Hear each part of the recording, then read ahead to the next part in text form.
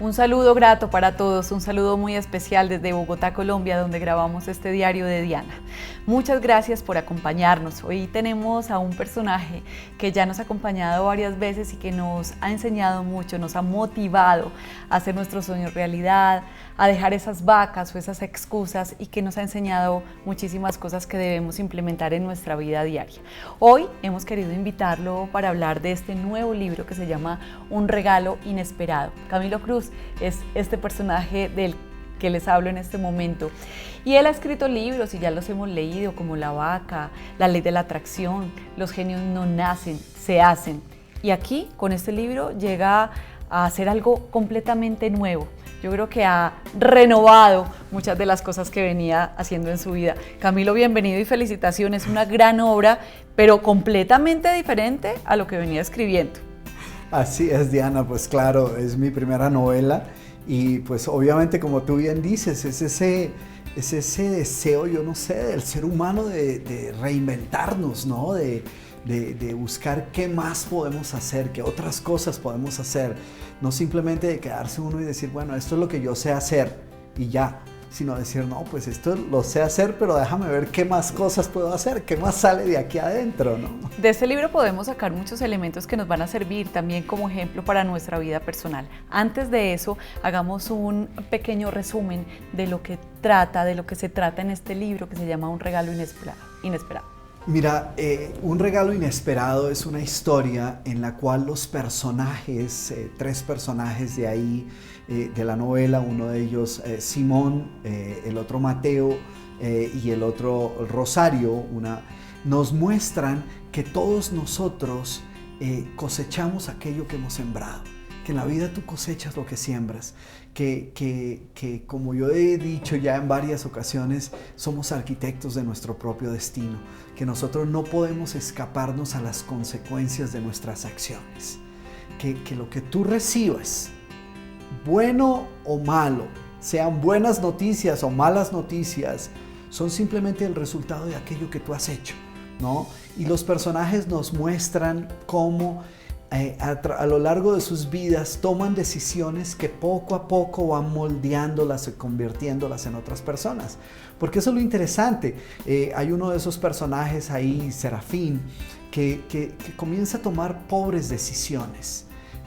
Pero él lidia con ellas de manera temporal, rápida, no les da mucha importancia y siente que son como cositas que son parte de su malicia indígena, que no le están afectando, pero al final de la novela él mismo se da cuenta cómo se ha convertido en otra persona y cómo la vida tal vez mediocre o la vida pobre que al final termina viviendo es el resultado de sus propias decisiones, de todas esas decisiones que tomó a lo largo de la vida, a pesar de que al final él se empeñe en creer que ha sido el destino que le ha jugado una mala pasada, que es la envidia de los demás, que es algo que alguien más trató de hacerle un mal, pero a la larga se da cuenta uno y el lector se da cuenta que lo único que él está viendo es simplemente el resultado de todas esas pequeñas decisiones que tomó a lo largo del destino, a lo largo de su vida, que lo llevaron allí.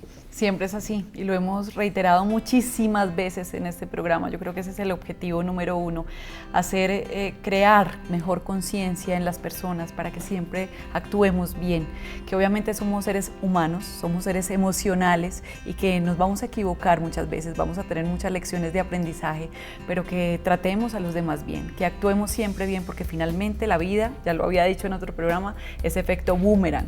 Todo lo que lanzamos vuelve hacia nosotros. Claro. Camilo, tomemos por ejemplo el ejemplo de la vaca, cero excusas, la ley de la atracción, todas esas cosas que nos ha enseñado por medio de los libros, en las conferencias, en toda esa vivencia tan bonita y sobre todo tocando muchos corazones. En esta novela, que es otro género literario, ¿qué nos viene a enseñar de todo esto? Mira, yo creo que inclusive la misma concepción de la novela fue para mí un aprendizaje. Porque yo creo que muchas veces los lectores de mis libros como La vaca, La ley de la atracción, yo no sé, yo supongo que algunos de ellos se preguntarán si uno pone en práctica todo lo que comparte con ellos en los libros. Y para mí el escribir esta novela fue precisamente eso. Fue desde el momento de su concepción, fue un poner a prueba todo aquello que yo he venido compartiendo con las personas por más de 2 décadas, ¿no? Porque pues obviamente fue el aventurarme en un campo totalmente nuevo para mí. Yo no había escrito antes novela, ficción, entonces eso requirió aprender muchas cosas nuevas. Y yo creo que ese es un gran paso, fue algo muy interesante de descubrir, el hecho de que yo siempre me he referido acerca de pagar el precio, y en algunos de nuestros programas anteriores hablábamos acerca de que hay que pagar el precio. Para mí pagar el precio era tener que aprender cómo escribir ficción, tener que aprender cómo escribir novela, cómo hacer literatura, cómo sacar a Camilo Cruz del lado y dejar que fueran los personajes y la historia lo que atrapara al lector y lo que les mostrara lo que estaba sucediendo, y dejar que fuera el lector el que decidiera si quería derivar de esa lectura alguna enseñanza o no, ¿no? Entonces todo eso fueron cosas muy muy interesantes que me pasaron a mí como autor, como escritor, durante el desarrollo de esta novela. Camilo tuvo que eliminar vacas, tuvo que matar vacas para llevar a cabo este sueño de escribir una novela. Déjame decirte que hubo necesidad de matar muchas vacas, y de hecho muchas de esas vacas, yo creo que una de las vacas era decir, pero Camilo, hablando yo conmigo mismo, ¿no? Decir, pero ¿qué necesidad hay de hacer esto? Si ya sabes cómo es que se escribe lo otro, ya la gente, tus lectores saben qué es lo que esperan.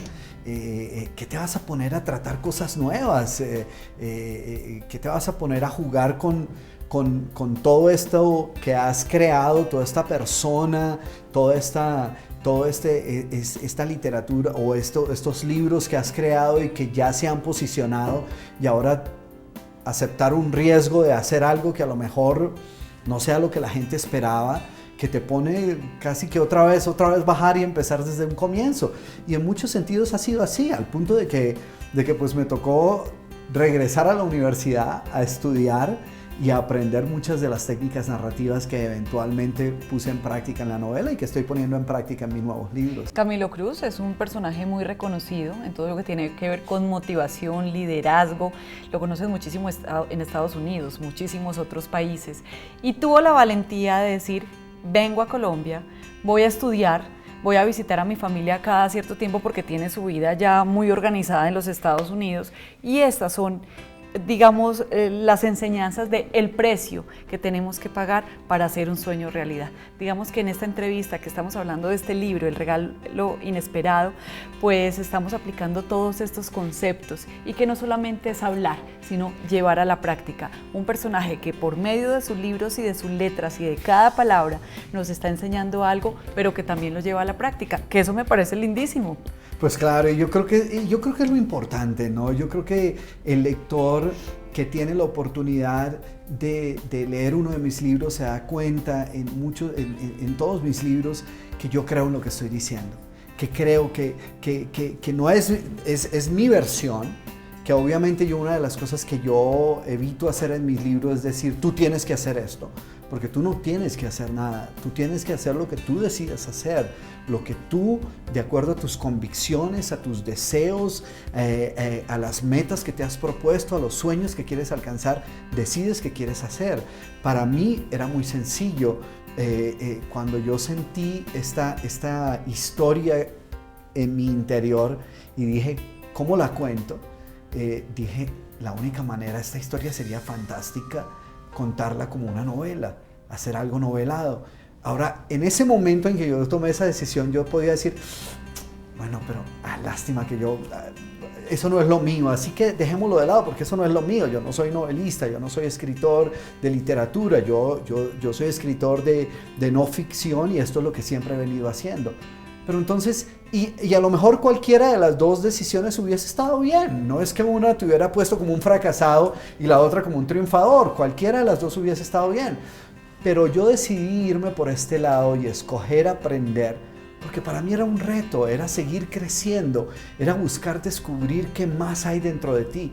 Yo creo que uno de los grandes errores que nosotros cometemos es precisamente que nos limitamos, que cuando aprendemos a hacer algo bien decimos, para esto es para lo que yo sirvo, esto es lo que yo sé.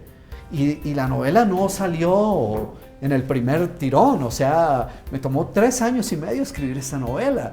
Hubo un momento en que la tenía casi terminada y me di cuenta de que había algunas cosas que me obligaban casi que a volver al principio y volver a reescribirla toda. Pero yo había podido también interpretar eso como decir, bueno, eso debe ser el destino que te está diciendo que eso no es lo tuyo, o si no te hubiese salido más fácil, o si lo hubieras terminado en 3 meses o en 6 meses o en 1 año y no llevarías 3 años luchando contra esto. Pero es en esa lucha en que te das cuenta que lo verdaderamente importante no es la meta que tú alcanzas cuando llegues, sino la persona en la que tú te conviertes en ese camino al llegar a esa meta. Qué bonito eso, me encanta este remate, Camilo. Primero, felicitándote por el libro, que sé que ha tenido mucha acogida y tendrá muchísimo más. Se lo recomiendo, es un libro que deben leer y tener en su mesita de noche porque es un libro inspirador. Segundo, todos los mensajes positivos que a raíz de cada palabra que está ahí nos has dado el día de hoy. Y tercero, pues que todo lo pongamos en práctica, que es lo importante, no solamente, como decía mi mamá, que no te entre por acá y te salga por acá, sino que se quede acá. Mil gracias, Camilo, y mil felicitaciones. Espero que compartamos muchísimos otros programas y muchas vivencias en este diario. Muchas gracias, Diana. Gracias a ustedes. Muy bueno que siempre nos acompañen y que siempre sintonicen nuestro canal de Caracol Internacional y obviamente nuestro canal de YouTube. Besos para todos. Gracias. Chao.